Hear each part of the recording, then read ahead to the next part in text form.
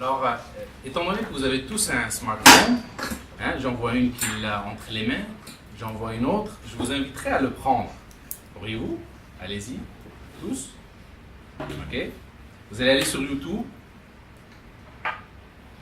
et vous allez taper « Vous ne voulez pas vivre ça réellement ».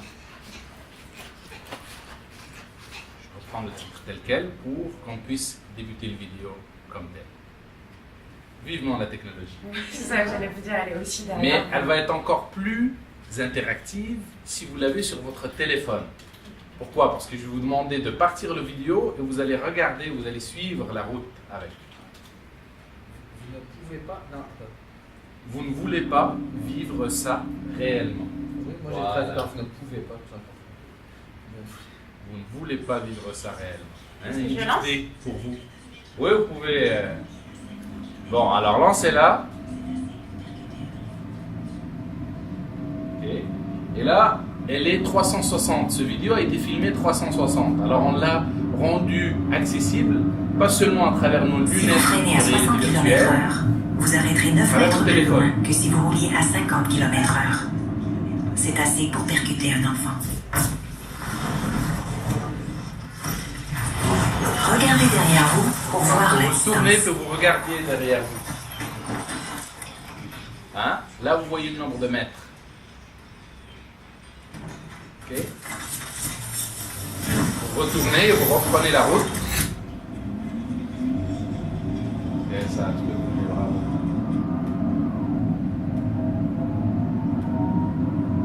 Ça dure 2 minutes.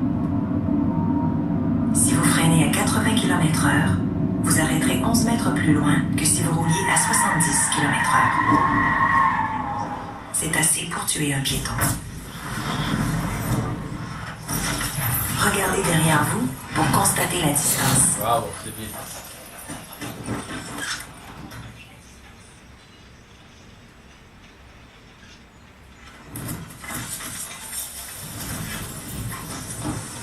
Je la ramène.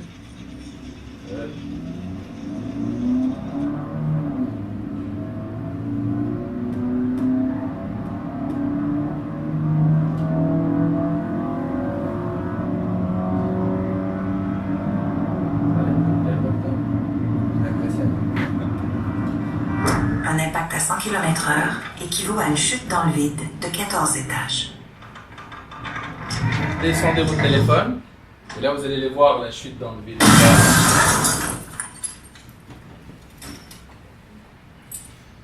C'est le message qu'on vous fait lire.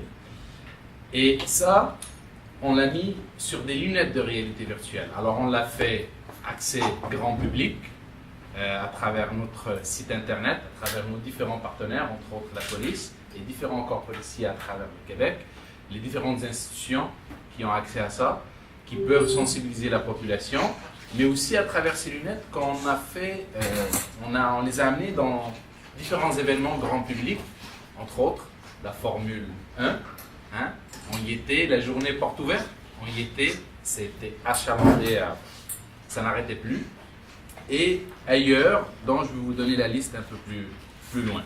Et d'abord, si vous me permettez, étant donné les sujets spécifiques qui m'ont été posés, je me suis permis quand même d'écrire quelques petites notes pour être certain de tout couvrir.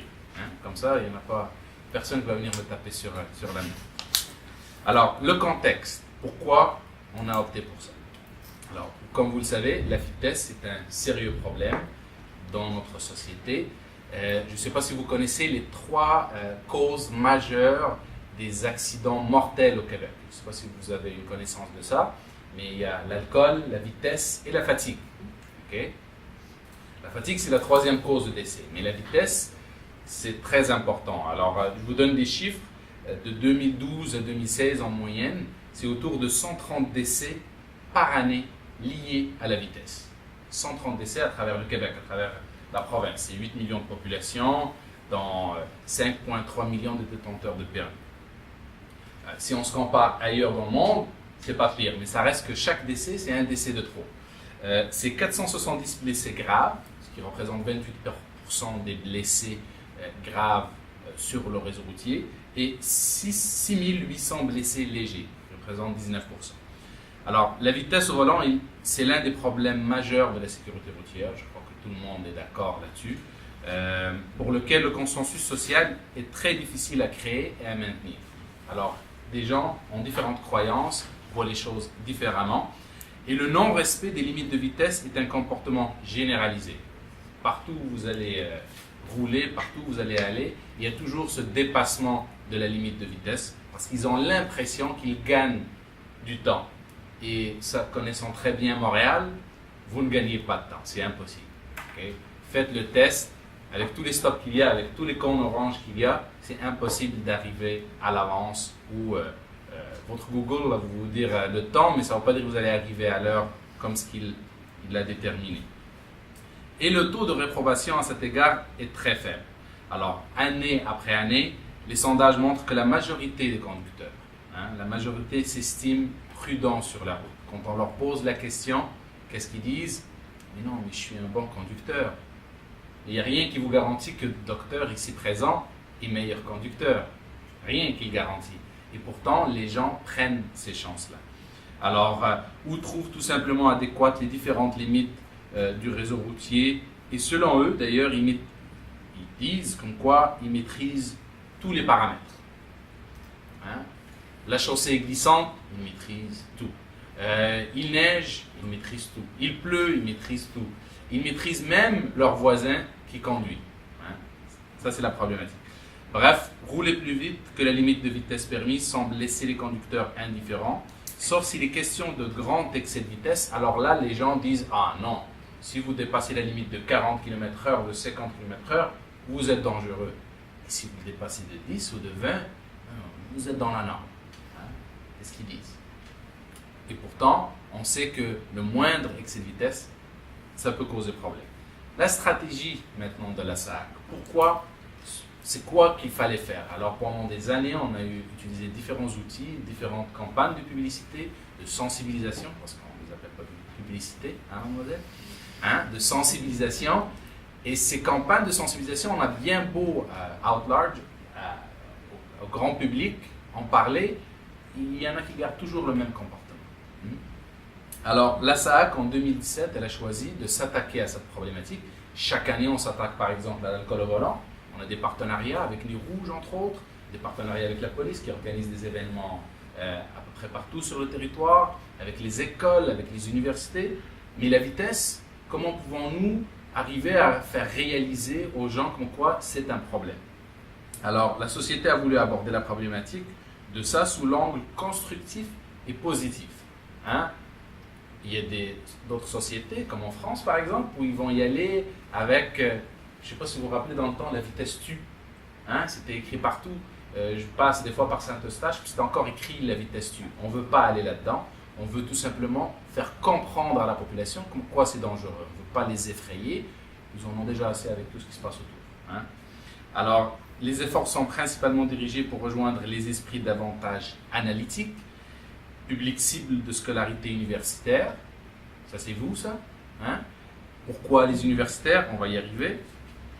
Et ces universitaires qui sont davantage représentés dans les sondages. Alors, ils sont universitaires, on pense que ça y est, ils comprennent la problématique, ils vont être prudents, et c'est là où le bas blesse. Okay? Et en se basant sur les explications scientifiques liées à la vitesse, on veut faire la démonstration concrète, entre autres à travers ces outils, comme quoi la vitesse est dangereuse. Alors, pour lutter efficacement contre la banalisation de la vitesse, les messages véhiculés doivent être crédibles, réalistes et appuyés sur des faits. Et c'est ce qu'on fait dans ce cas-ci. Alors, et ce dans le but de déclencher une réflexion chez ces esprits analytiques-là et d'ébranler la confiance des jeunes qui se croient tout permis ou qui pensent être tout simplement en contrôle. Ces jeunes-là, entre autres, sont généralement confiants, qui sont en contrôle, et c'est là qu'on veut aller les toucher. Alors, il est proposé de démontrer concrètement l'impact des différentes vitesses sur la maîtrise du véhicule. C'est ce que vous allez voir, c'est ce que vous avez vu, mais quand vous allez mettre les lunettes, c'est autre chose. Vous êtes transporté dans un autre monde. Et je l'ai essayé à travers, dans différents lieux, à travers différents publics, et il y a même des gens qu'à la fin, ils sont tous ils ont l'impression qu'ils étaient au volant, ils ont l'impression qu'ils ont eu l'accident. Hein? Alors, tout dépendant de l'âge, si vous vous mettez à 60 ans et plus, là, ça vient les chercher émotionnellement, mais les jeunes qui connaissent ça, oui, ils comprennent le message, mais pas plus. Alors, la campagne de réalité virtuelle, elle est proposée, on l'a proposé de déployer la campagne partout sur le territoire. Et quand on dit partout sur le territoire, le Québec est vaste, il fallait cibler les événements où il y aura le plus grand nombre de personnes, et ce afin de leur faire prendre conscience des risques associés à la vitesse. Alors, pour ce faire, la campagne doit illustrer clairement les effets d'une conduite altérée par la vitesse. Alors, on dit qu'il y a une conduite altérée par l'alcool, par les drogues, mais il y a une conduite altérée par la vitesse. Il y en a qui ont ça dans le sang, puis qui pensent que ça leur donne une sorte d'adrénaline. Et là, vous l'avez vu dans la vidéo, on veut leur faire réaliser comme quoi il y a une distance de freinage. Hein, la loi de la physique, là, elle n'est pas exclue là-dedans. Il faut savoir que c'est une réalité. L'impact plus violent que ça occasionne quand on va à une certaine vitesse et le champ de vision qui est rétréci. Hein. À un moment donné, on devient comme, c'est quoi un cheval, c'est quoi qui regarde juste devant lui comme ça? Ben, on devient comme ça. Et démontrer les conséquences d'un impact causé par la vitesse, clairement, que puisse le sentir, c'était ça l'objectif. Alors, la production. Comment est-ce qu'on en est arrivé là? C'est après avoir constaté que nous n'avions aucun outil, que oui, on faisait des campagnes de publicité, de sensibilisation grand public, mais il nous fallait quelque chose qui puisse fonctionner sur le terrain. Et qu'est-ce que, quand j'arrive devant quelqu'un, je vais jouer à un jeu de cartes, je vais lui poser quelques questions, bon, ça s'arrête là. Mais comment est-ce que je peux le convaincre, en plus de mes mots, ça serait d'utiliser la réalité virtuelle qui, elle lui fait vivre c'est quoi la grande vitesse, et c'est quoi un impact, c'est quoi frapper un piéton, et c'est quoi aussi, on lui fait le parallèle, en tomber du 14e étage, qu'est-ce que ça fait? Hein? Alors là, c'est comme s'il le vivait et il est là-dedans. Le concept, on a demandé à notre boîte de com, LG2, s'ils pouvaient nous arriver avec une idée là-dessus. Alors nous, on en a proposé des idées, puis eux, étant donné qu'ils sont dans ce domaine-là, ils savaient de quoi ils parlaient, et ils nous ont proposé la réalité virtuelle. C'est ce qui est in en ce moment, et c'est ce qui fonctionne le mieux pour faire passer un message. Alors, pourquoi pas? Moi, je m'adresse toujours à un public des jeunes et des universitaires jusqu'à 45 ans. Alors, c'est le public cible, c'est ce qu'on veut aller chercher. Et LG2, elle a mandaté une maison de production qui s'appelle BLVD. Alors, vous connaissez bien, vous êtes tous en com. Merveilleux. Alors, le déploiement s'est fait en 2017 sur différents endroits au Québec. Et je vous énumère les lieux. Moi, je l'ai fait à la Formule 1, qui a été un vrai succès. Et on a touché, grosso modo, là, à travers le Québec, 5000 personnes. Mais sachant que 5000 personnes qui l'ont testé, 5000 personnes, ça parle. Hein? La meilleure publicité qu'ils disent, c'est bouche à oreille.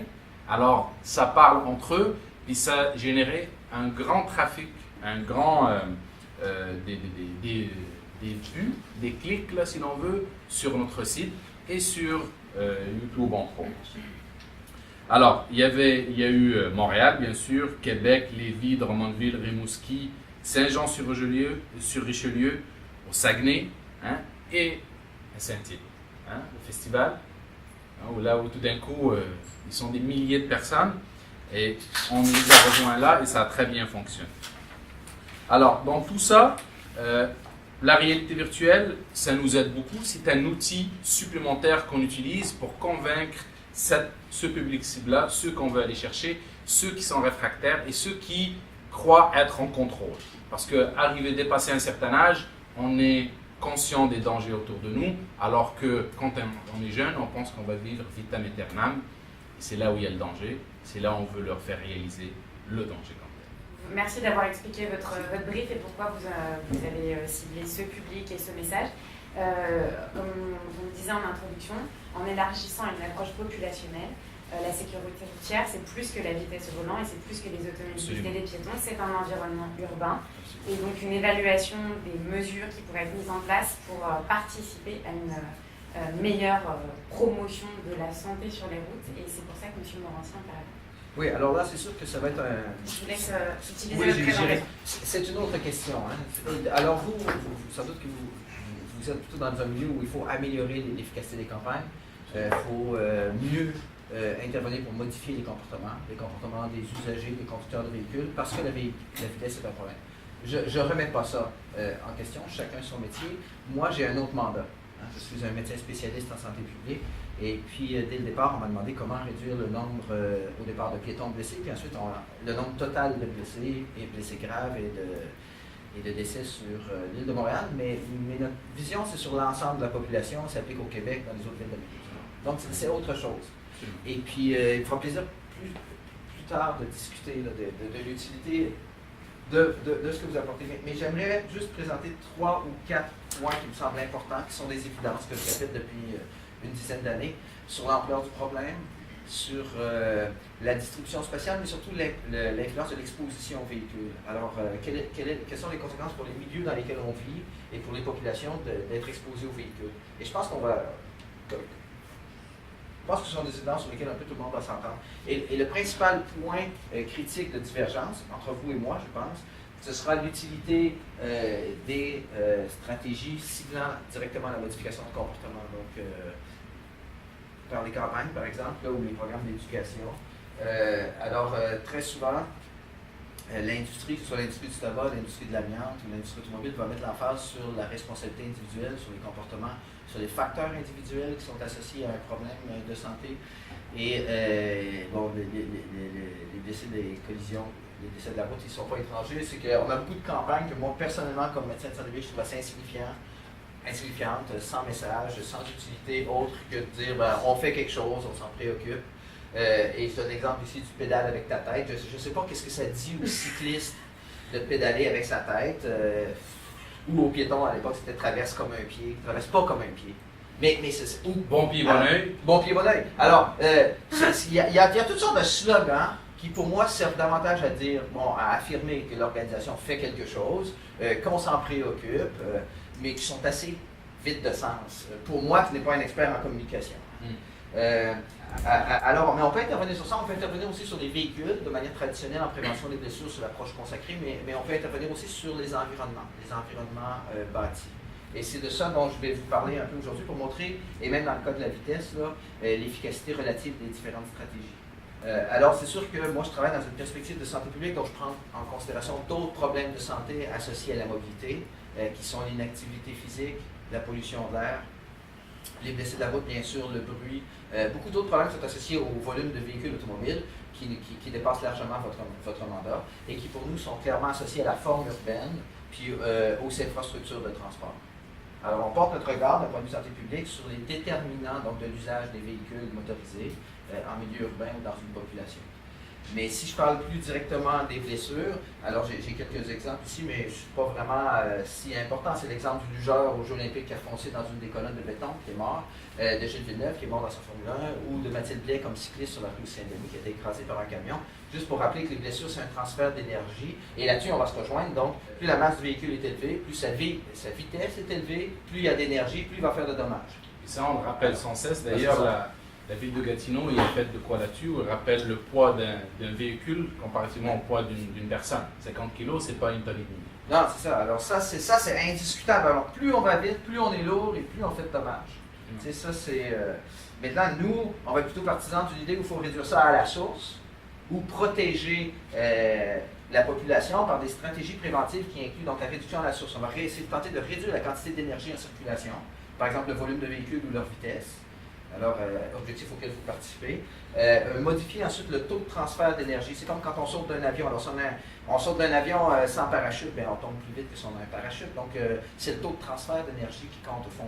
Alors, c'est l'efficacité du système de frein, c'est qu'on passe de 100 km/h à 0 en plus de temps. Donc, on peut modifier le taux de transfert d'énergie ou simplement séparer les êtres humains de la source d'énergie. Les centrales nucléaires, on peut les faire loin des villes. Et puis les pistes cyclables, complètement séparées de la circulation automobile. Les cyclistes qui ont un risque pas plus élevé, ou à peu près nul, d'être frappés par un véhicule, à moins qu'un avion leur tombe dessus. Mais donc, alors ce sont des stratégies reconnues pour l'ensemble des blessures. Ok? On diminue la quantité d'énergie, on diminue le taux de transfert, ou on sépare les individus à la source là, de la source d'énergie. Et puis, j'aimerais rappeler que beaucoup de gens se félicitent de la réduction du nombre de décès là, sur les routes du Québec, mais que c'est un fléau qui est apparu avec la motorisation croissante de nos sociétés. Hein, et qui aujourd'hui, mais une image vaut 1000 mots peut-être, je ne sais pas si celle-là va... Je la présente depuis longtemps, hein, vous savez, c'est le fait que ce sont seulement les piétons blessés, à plus de 5006 Les zones accidentogènes. Ouais. Ben, c'est ça, le terme accidentogène pour moi est un peu galvaudé parce que et partout où circule un véhicule, c'est accidentogène. Parce que, par exemple, si on regarde, mais c'est consacré comme terme, hein, vous avez raison, mais là, regardez la Ville-Marie, c'est le centre-ville de Montréal, sur une grande période de 10 ans, mais chaque intersection, à peu près, est le lieu d'un site de collision avec un piéton. Il y en a davantage sur les artères, mais moi, comme médecin spécialiste, lorsque j'ai vu cette image-là, je me suis dit comment ça peut être encore une affaire de comportement. Un truc aussi répandu qui affecte tous les groupes d'âge, toutes les populations, qui apparaît soudainement dans quelques années, dans toutes les villes du Québec. Alors, donc ce sont des secteurs qui sont accidentogènes, ou je ne sais pas comment le voir. En tout cas, nous, on pense, et là, on va se rejoindre là-dessus, que le nombre de collisions, de blessures et de décès est d'abord déterminé par le volume de véhicules qui circulent, ensuite par leur vitesse et le potentiel de conflit, c'est-à-dire la possibilité qu'un véhicule rencontre un individu. Conflit, c'est le terme technique, c'est-à-dire qu'un piéton et un véhicule se retrouvent au même endroit en même temps. Et ça, c'est déterminé beaucoup par la forme urbaine et le système de transport. Et là où ma critique, qui est plus politique qu'académique, va va intervenir, c'est que la SAAC fait partie, en tout cas, c'est paragouvernemental, mais jusqu'où on peut nommer les pratiques de l'industrie, jusqu'où on peut nommer les pratiques, par exemple, du ministère des Transports, qui, dans certains cas, vont exposer de plus en plus la population à la circulation automobile, et même à une circulation automobile qui est rapide. Alors, qui peut être d'ailleurs régulée par la ville. Et c'est là où le rôle de la ville entre en ligne de compte. Oui, mais avant la ville, pour moi, effectivement, non, mais genre, La ville de Montréal, s'ils ne font pas, disons, par exemple, comme Londres, réduire le nombre de voitures qui rentrent au centre-sud, c'est pas la SAAC qui va le faire, c'est pas le ministère des Transports.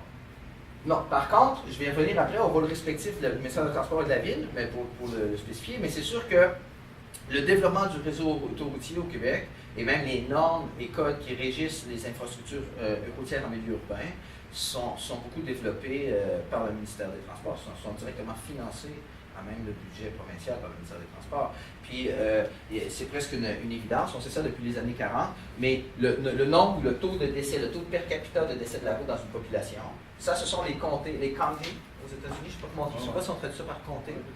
Mais en fonction de la distance moyenne parcourue en véhicule, je pense que c'est par année, et puis par la population de ce comté-là. Et c'est une ligne droite, je veux dire, plus une population utilise l'automobile, et plus l'ensemble de cette population-là est exposée à une probabilité de décès suite à l'usage d'un véhicule automobile, que ce soit automobiliste, piéton, cycliste. Et ça se retrouve à toutes les échelles. On l'observait dans les années 40 entre les différents pays. On l'observe aujourd'hui entre les différents counties aux États-Unis. À Montréal, pourquoi il y a 10 fois plus de blessés dans Ville-Marie que dans Outremont? C'est d'abord et avant tout parce qu'il y a 10 fois plus de véhicules. Il y a une relation linéaire entre l'usage de l'automobile puis le risque d'être blessé, entre le volume de véhicules dans un quartier ou entre le nombre de véhicules à une intersection et le nombre de blessés de la route. Puis je donne l'exemple le plus facile à comprendre parce qu'on en a des dizaines d'exemples, parfois complexes. C'est la répartition des enfants blessés aux intersections de l'île de Montréal. C'était, je pense, sur une période d'environ 10 ans, sauf erreur. On avait près de 4000 enfants blessés et on a divisé les 17 000 intersections en quintiles, 3500 dans chaque groupe. Et la majorité des enfants, qu'ils soient piétons, qu'ils soient cyclistes ou qu'ils soient automobilistes, sont blessés aux intersections où il y a beaucoup de véhicules. Alors, c'est là où moi, en tout cas, on verra, je pense que tout le monde va être d'accord avec cette idée-là, elle est indiscutable, mais jusqu'où pour prévenir les blessures, donc jusqu'où on est capable d'aller en amont pour réduire l'usage du véhicule, puis jusqu'où, au contraire, on tente de modifier les comportements des conducteurs. Les deux sont peut-être possibles, mais j'ai deux autres points à faire avant de conclure.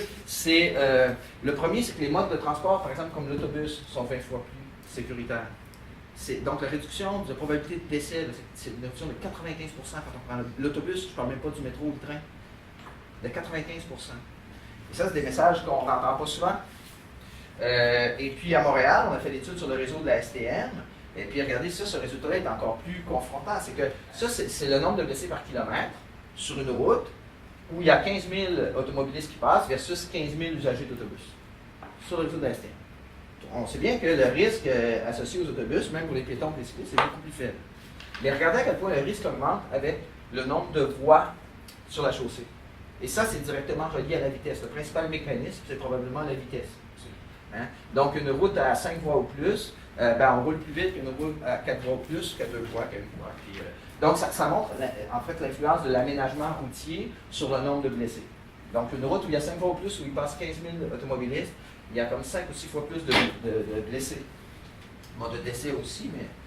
Alors, il y a des manières, vous les nommiez, là, des manières pour ralentir les véhicules qui sont très, très efficaces.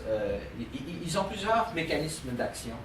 Hein, quand on fait une saillie de trottoir comme ça, par exemple, on diminue la longueur de la traversée piétonne parfois jusqu'à de moitié. On passe de 10 mètres à 5 mètres. Donc, le piéton est moins exposé au véhicule. Ensuite, les véhicules ralentissent en moyenne, ralentissent toute leur vitesse d'approche. On ne peut plus dépasser par la droite lorsqu'un véhicule veut tourner à gauche. Et les virages se font moins rapidement. La visibilité est améliorée. L'automobiliste voit le cycliste ou le piéton et vice-versa.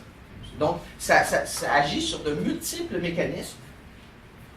Puis, ça sécurise un endroit. Puis, vous nommiez avec une étude effectivement faite par un étudiant à l'École de santé publique là, sur l'apaisement de circulation à Montréal dans 4 arrondissements.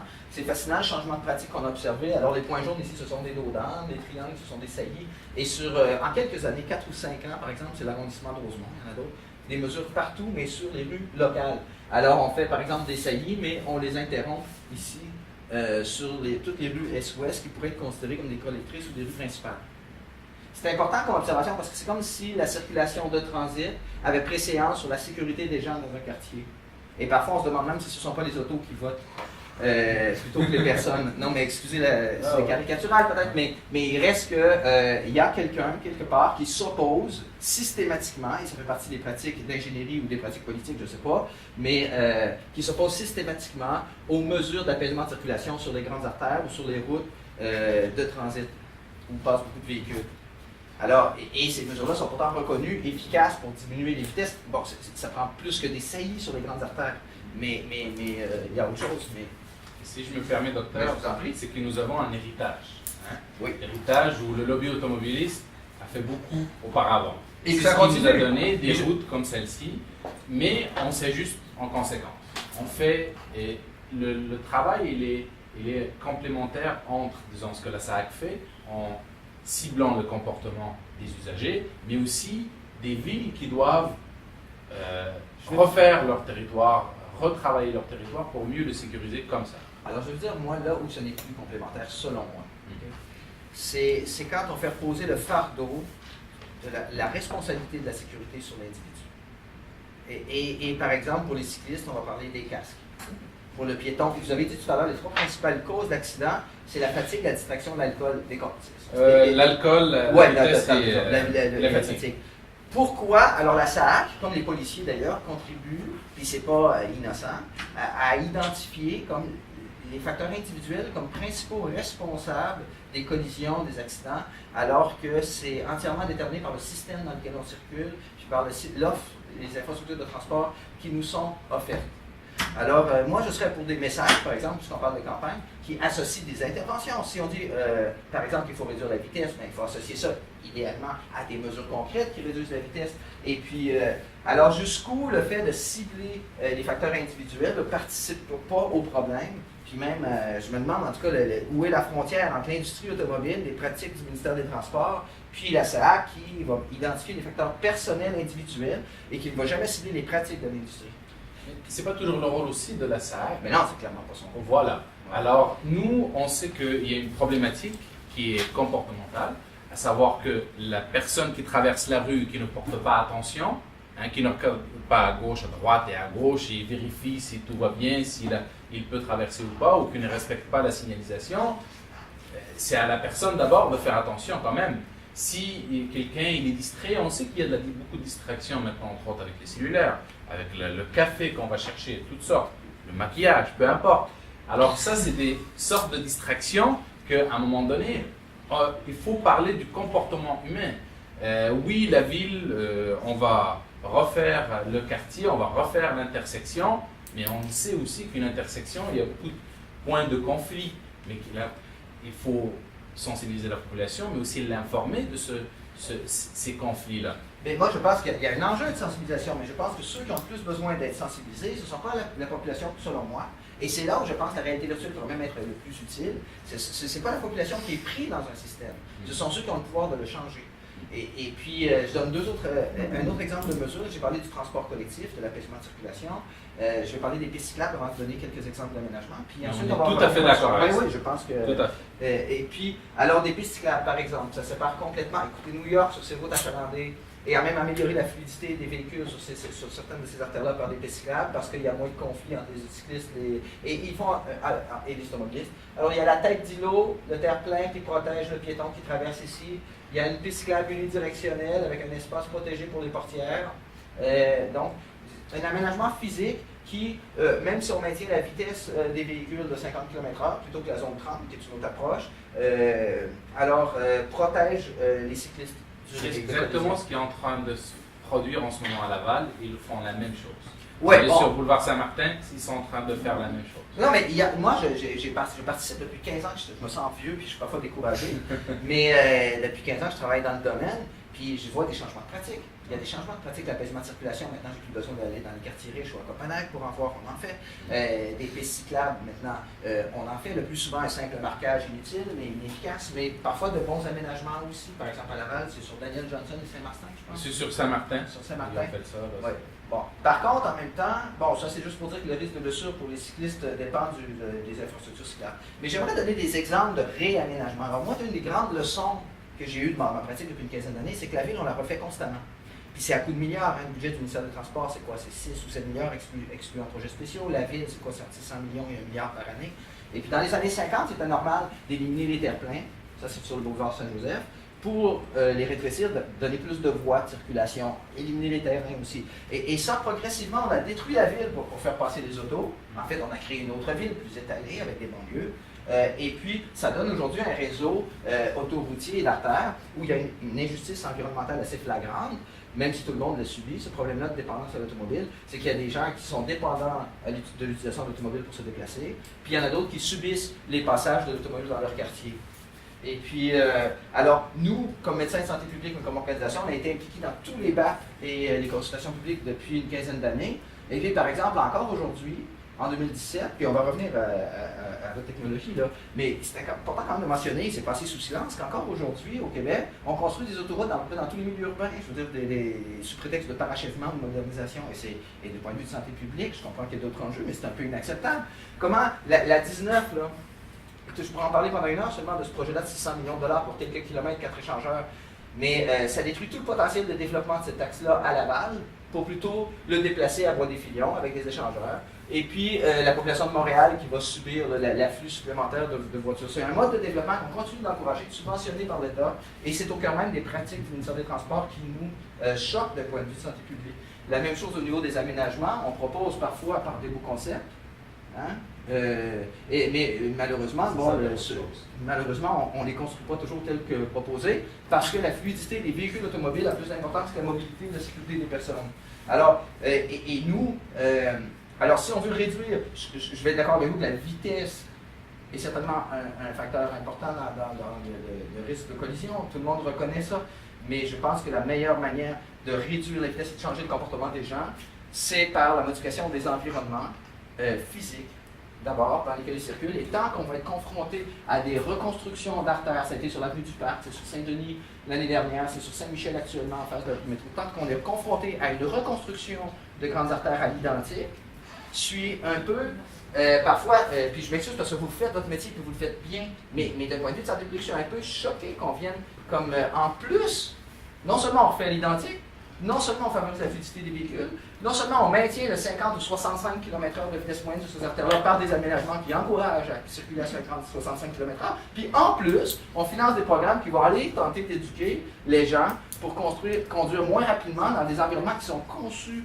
pour conduire à 60-65 km/h et laisse pas de place aux piétons ou aux cyclistes. C'est pas votre combat à vous. Je veux dire, vous faites les campagnes et vous les améliorez. Mais je voulais quand même, et c'est, je pense que je voulais arrêter sur cet exemple.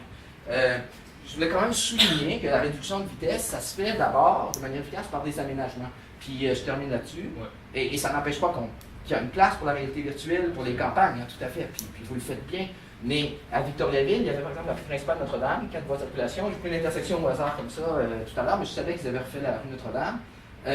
Ils ont réduit de 4 à 2 voies. Et le promoteur de cette, de cette transformation-là nous dit ils n'ont pas diminué les limites de vitesse. Les limites de vitesse affichées sont encore à 50. Mais les véhicules roulent à moins de 30. Parce que les aménagements physiques dictent une autre conduite. C'est 2 voies de circulation, l'intersection est un peu surélevée en pavé, donc ils ont modifié. Alors, c'est pas mutuellement exclusif, on peut agir sur différents fronts, mais de mon point de vue, j'aimerais que les campagnes d'éducation au travail de la SAC portent davantage sur les pratiques de l'industrie ou qu'elles tentent davantage un peu d'influencer ceux qui sont à la source de ces pratiques-là. Puis je pense qu'il y a une place pour la réalité virtuelle. En tout cas, on verra Pour influencer, on essaye du mieux possible. D'ailleurs, vous-même, vous vous êtes présenté à la consultation publique sur la sécurité routière et vous avez parlé de ces problématiques-là. Et Dieu sait qu'on fait le nécessaire pour que le message passe aux villes. Bien sûr, comme vous l'avez dit, nous aussi, on a un rôle à jouer. Ce serait de travailler sur le comportement humain. Et la meilleure façon aussi de travailler sur le comportement humain, c'est d'utiliser les outils, la technologie qui va rejoindre cette population-là. Et c'est à travers ce genre d'outils-là qu'on va pouvoir travailler sur ce que nous connaissons le mieux dans mon domaine à moi, c'est le comportement humain. Quant au ce qui est physique, là, ça serait aux villes de le faire, mais on est tout à fait d'accord avec ce que vous dites. Et on connaît très bien l'efficacité de ça, et ça serait aux villes, ça serait aux élus de faire aussi leur travail pour pouvoir modifier leur environnement, modifier les intersections, modifier les rues pour que ce soit plus sécuritaire pour la population. Bon, moi je pense qu'il y a un rôle. Le principal bailleur de fonds pour le transport, c'est le gouvernement du Québec, puis le Transport Québec. Je pense que la première responsabilité est à cette échelle-là. Donc, parce qu'à partir du moment où on met 5 milliards pour construire Turcot, c'est pour s'entendre le prix avec ça. On met 100 millions sur la 19, sur la 30, sur la... Alors, je pense qu'il y a une responsabilité au niveau provincial, mais ça, c'est un autre sujet. Moi, la question que je me pose pour la réalité virtuelle, ça me rappelait au départ, avant que je connaisse votre travail mieux, puis merci de nous l'avoir présenté, ça me rappelait un peu les laboratoires simulés. C'est pas la même chose. Hein. Par exemple, il y a un professeur de l'Université de Sherbrooke qui a son laboratoire sur la rive sud, ça coûte assez cher. Et puis, il regarde la réaction des individus dans différents environnements. Alors, je pense qu'il y a un grand panneau, puis là, les gens conduisent, et puis quand il apparaît un ours, je sais pas. Comment on réagit, c'est les yeux, là, il cible les yeux pour voir sa réaction. Alors, ce que je trouve intéressant, dans les dernières années, ils se sont, au départ, ils évaluaient d'abord les vulnérabilités individuelles, les variations selon le comportement des individus. Puis progressivement, je pense que maintenant l'étude porte plus sur les variations de réponse selon différents environnements. Par exemple, comment différents aménagements de passage pour piétons vont modifier les comportements des conducteurs. Donc ils portent plus sur, même ils utilisent cette technologie-là, au fond, pour étudier l'efficacité de différents projets sur la modification des comportements. Puis je me demandais dans quelle mesure votre outil, il peut pas aussi être utilisé, là, pas seulement pour la sensibilisation du grand public, mais pour soit évaluer l'efficacité de différents projets, soit pour sensibiliser des décideurs, des élus, des ingénieurs, à différents contextes. On n'a pas de limite. En fait, il n'y a pas de limite. Vous voyez, vous l'avez vu, vous allez le tester éventuellement. Oui, il y a la vitesse, mais il y a autre chose. On pourrait développer ça pour autre chose. Ça peut être par exemple la fatigue, ça peut être la distraction. En ville, qu'est-ce qui arrive, comment l'aménagement il est fait, dans quel environnement je suis. Et là, on va pouvoir démontrer aux gens, oui, il y a des études qui vont se faire en amont, mais en aval, on va pouvoir démontrer aux gens comme quoi, tout dépendant de l'environnement dans lequel vous êtes, les risques sont différents. Soit qu'ils sont moindres, soit qu'ils sont plus élevés. Oui, éventuellement, on veut arriver à ça. Oui, c'est une proposition qu'on a faite. Il s'agit encore d'avoir les fonds, mais on espère pouvoir les avoir pour développer davantage ce genre d'outils-là pour sensibiliser la population aux problématiques auxquelles ils font face tous les jours. Parce que moi, j'aimerais vraiment ça, une technologie, en tout cas, je ne sais pas si c'est la meilleure façon, mais sensibilise au fait que, plutôt que de taire les problèmes ou de les camoufler derrière des slogans, par exemple, un piéton, le risque pour un piéton, il est principalement lorsqu'on traverse des routes de plus de 2 voies de circulation qui roulent rapidement. Vous avez les moyens de montrer concrètement ce que ça signifie traverser une telle route par rapport à traverser une telle route qui a un terre-plein, par rapport à traverser une route qui a 2 voies de circulation. Ouais, ce serait possible, je veux dire. Et donc, là, plutôt que de mettre l'emphase sur le comportement de l'individu qui doit freiner lorsqu'il voit un piéton, ça met l'emphase sur l'aménagement urbain. Mais le message, il est à la fois pour le piéton, dire attention, il y a certains environnements qui sont plus dangereux que d'autres, mais il va aussi pouvoir cibler ou porter auprès de gens qui peuvent décider d'implanter des terre-pleins, des passages piétons plus sécuritaires. Donc, je trouve plus intéressant quand on documente le risque ou quand on documente les solutions efficaces ou les environnements qui peuvent modifier le risque, et puis par des campagnes, par exemple, qui ne pourraient pas seulement cibler le comportement du piéton en soi. Mais c'est une très, très bonne proposition, puis nos équipes sont très au fait de ça, et éventuellement, c'est à ça qu'on veut arriver.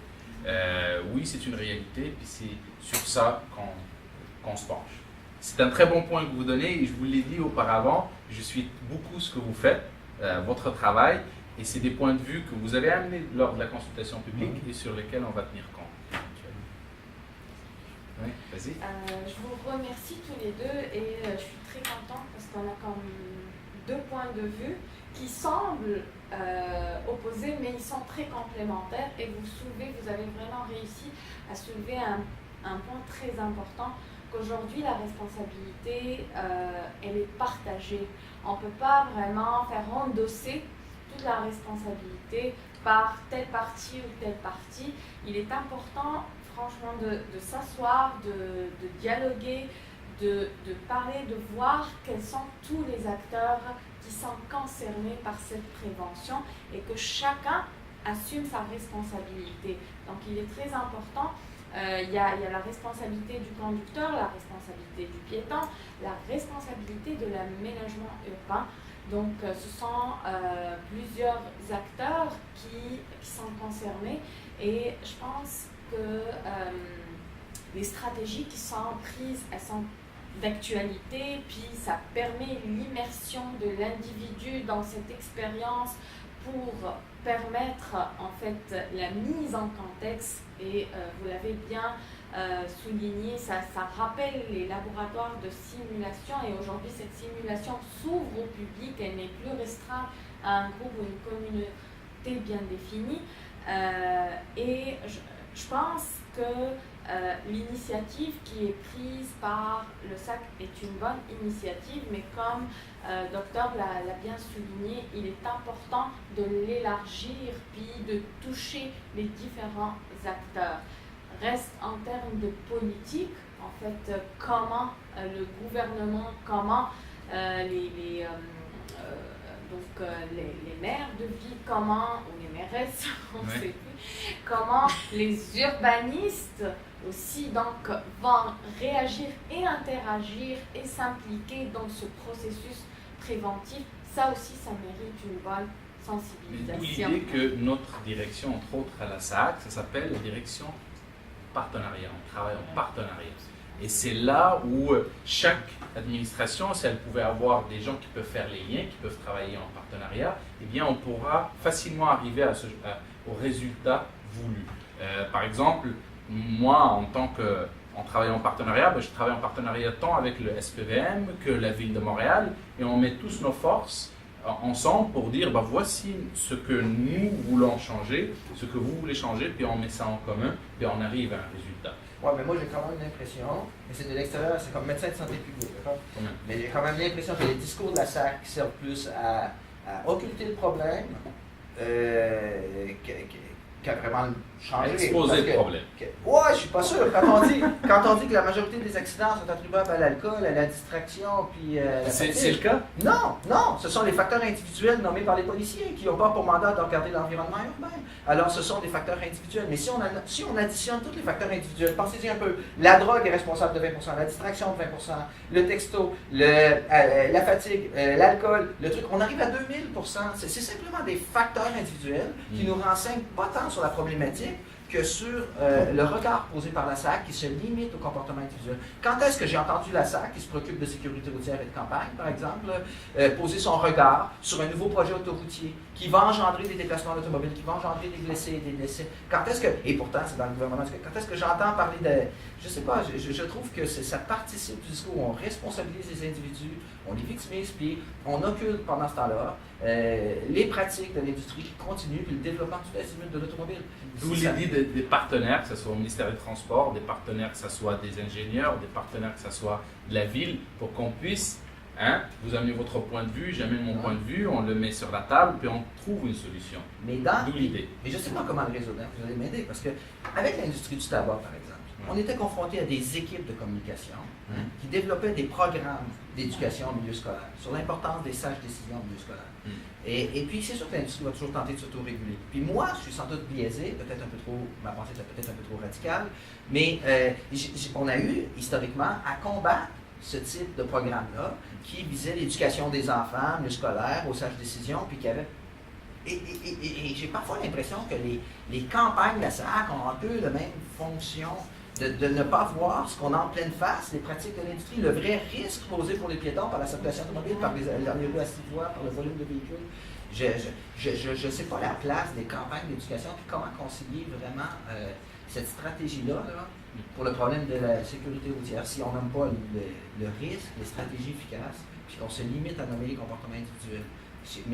Mais comme vous l'avez proposé, on sait qu'on parle de comportement individuel, mais aussi dorénavant, on va se pencher. C'est un très bon point que vous avez amené pour que nous amener à nous pencher sur l'environnement, entre autres. Et à parler, nous, je prêche ma paroisse.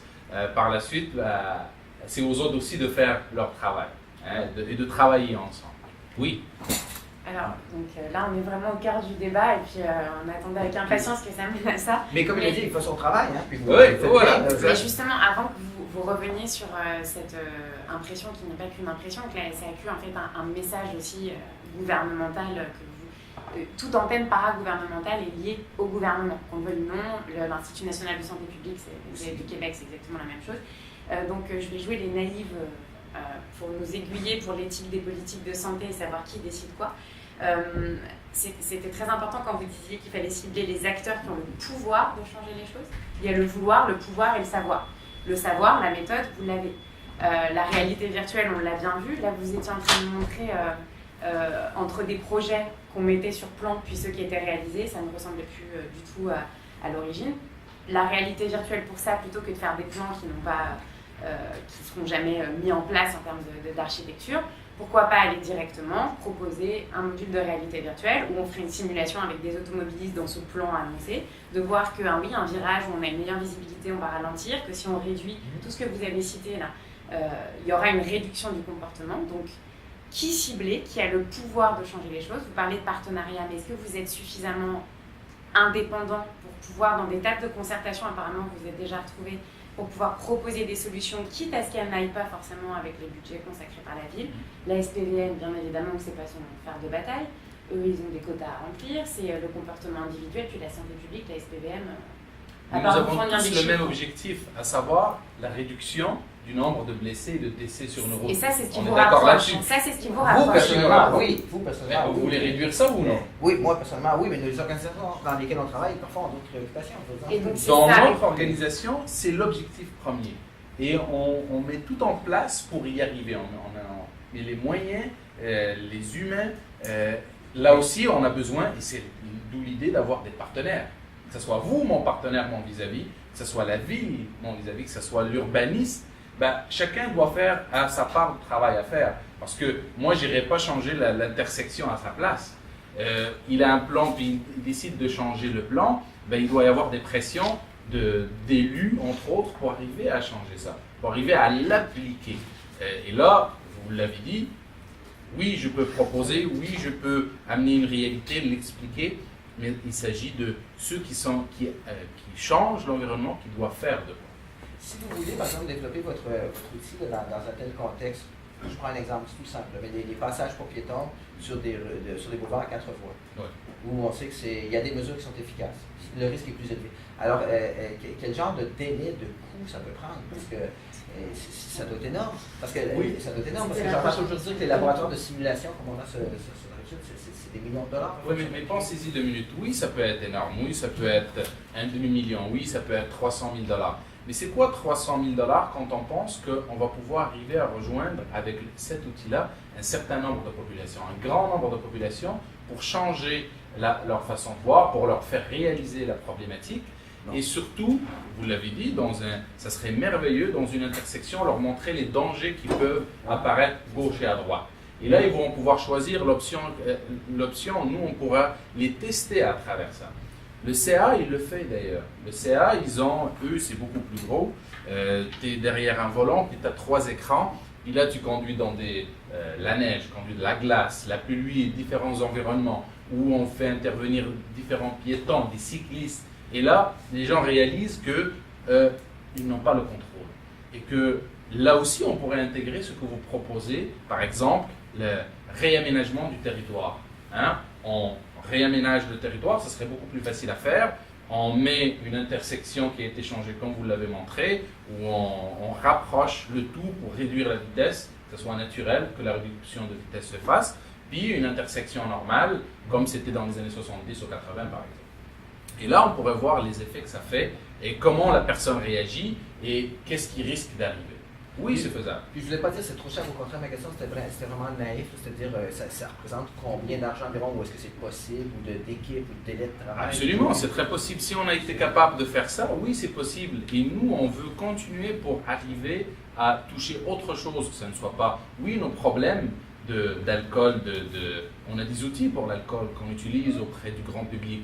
On a pour la fatigue, on peut y arriver à travers ça. Quand votre œil décide de fermer, il ne vous demande pas votre avis. Alors là, on peut l'inclure là-dedans. Les piétons, les cyclistes, les angles morts des camions. On l'a vu avec Madame Blais. Je vous suggère de ne pas m'emmener sur ce sujet-là parce que ça va être lapidaire. Surtout que nous n'avons Mais on fait des efforts quand même. Vous pouvez reconnaître votre chef, on fait des efforts. Mais vous et dans votre organisation, vous faites des efforts. Mais je prends l'exemple des camions lourds, puis je vais peut-être commenter là-dessus. Oui. Mathilde Blais est décédée suite à une collision avec un camion lourd sur la rue Saint-Denis. Le coroner a demandé qu'il y ait une piste cyclable d'implantée. Nous l'avons souvent demandé en commission, même avec la Ville de Montréal. Puis la dernière commission sur les véhicules lourds a demandé qu'on cesse d'aménager pour les virages de véhicules lourds, mais aussi pour protéger les piétons et les cyclistes. Et pourtant, ce qu'on observe aujourd'hui sur la rue Saint-Denis, c'est reconstruit à l'identique sans piste cyclable, puis le tunnel est à l'identique. Alors, et là, je suis encore tout à fait d'accord avec vous. Donc, je ne remets pas en question votre travail, mais moi, en tout cas, comme praticien de santé publique, j'ai le souci que ça ne cautionne pas des mauvaises pratiques. Pour la prochaine fois, il va nous falloir quelqu'un de la Ville de Montréal. Exactement, c'est le ministère des Transports. Mais pour finir là-dessus, est-ce que vous pensez que donc vos deux organisations, une universitaire et vous paragouvernementale, pourriez vous réunir autour de ce sujet et être force de proposition auprès du gouvernement? C'est complètement naïf. Absolument. Imaginez ça. Absolument naïf ou absolument possible? Non, absolument possible. Peut-être.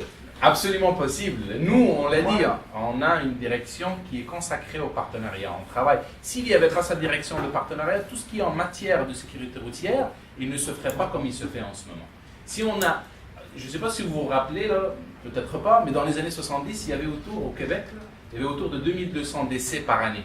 Aujourd'hui, on est rendu à 350. Oui, mais on ne compte pas les blessés graves, on ne compte pas les handicapés, on ne compte rien.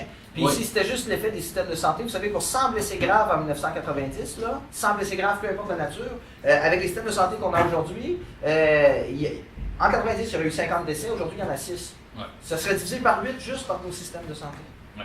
Alors, tout le monde s'attribue ce gain-là, la réduction des décès. Mais ça reste que c'est là où on doit travailler main dans la main et arriver à des solutions. Vos propositions sur les piétons, oui, on les connaît, et oui, si on s'assoit ensemble et qu'on travaille ensemble, je suis sûr que, et là vous l'avez dit, le ministère des Transports devrait y être, la Ville de Montréal devrait y être, toute autre ville qui est concernée devrait y être, et s'asseoir et dire, voici les problématiques et comment on peut y arriver. Et votre input sera plus Donc de on considérer. attend votre date de concertation Mais et on avec espère grand que les plaisir. étudiants seront invités. Et on a J'aimerais hâte. dire répondre à votre question aussi pour dire que moi, en tout cas, je pense qu'il est possible de collaborer entre professionnels puis à l'échelle individuelle. Oui, c'est Mais, l'organisation. mais je me dois quand même d'ajouter ce propos pour les gens notamment qui sont en santé publique et en éthique, c'est que les organisations ont parfois d'autres mandats. Bien sûr. Et je pense que je suis un peu désillusionné parfois là, sur leur capacité de transparence et d'efficacité. Puis j'aimerais rappeler par exemple que l'ASAC, malheureusement, quand il y a eu il y avait un déficit actuariel en 2005 des audiences parlementaires,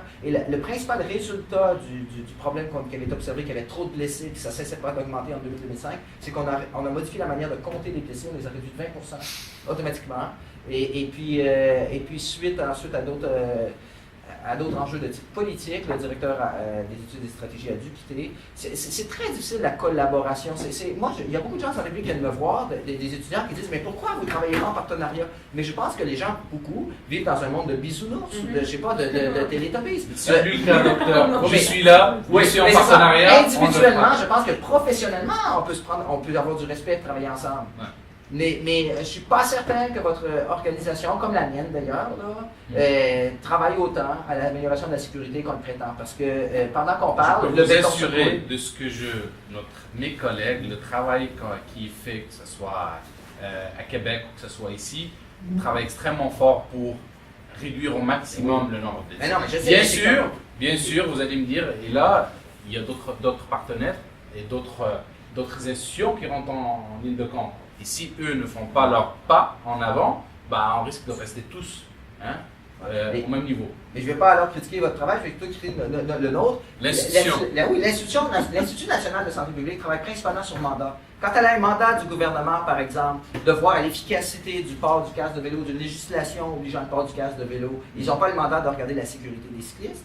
Et pourquoi ils n'ont jamais ce mandat-là? Et pourquoi ils ont toujours le mandat de regarder l'évaluation, d'évaluer une loi potentielle sur obligeant le port du casque à vélo, l'étude de la distraction, de la fatigue au volant? Pourquoi ils ont ces mandats-là du gouvernement, puis ils n'ont pas plutôt le mandat de réduire les décès, les traumas sur les routes, puis de favoriser les modes de déplacement les plus sécuritaires? Notre Institut national de santé publique est pris dans les mêmes contraintes, c'est qu'il travaille sur des mandats qui ne visent pas à améliorer la sécurité vraiment par les stratégies les plus efficaces, et qui portent son regard sur quoi? Sur les comportements individuels, sur la législation, sur la modification du code de sécurité routière pour modifier les comportements, plutôt sur les stratégies qui viseraient à promouvoir des modes de transport plus sécuritaires puis d'autres aménagements urbains. Alors nous aussi, là, je ne vais pas parler de la SAC, je vais parler de nous aussi. L'Institut national de santé publique travaille sur des mandats qui entrent en contradiction avec mon mandat professionnel, qui est de promouvoir les stratégies les plus efficaces pour améliorer la sécurité. Donc c'est pour ça que je dis que c'est pas si simple le partenariat. bien sûr. On peut bien dire ici, moi je suis très intéressé de travailler avec vous, je suis estomaqué de voir ce que vous avez développé, je suis content de le voir, mais je n'ai pas beaucoup d'ambition en termes de partenariat entre les Vous organisations. devriez, que j'aimerais. docteur, vous devriez. Merci. Hein? Heureusement qu'il y a encore des élèves naïfs. Merci beaucoup à vous deux, c'était Merci. absolument passionnant. Merci beaucoup.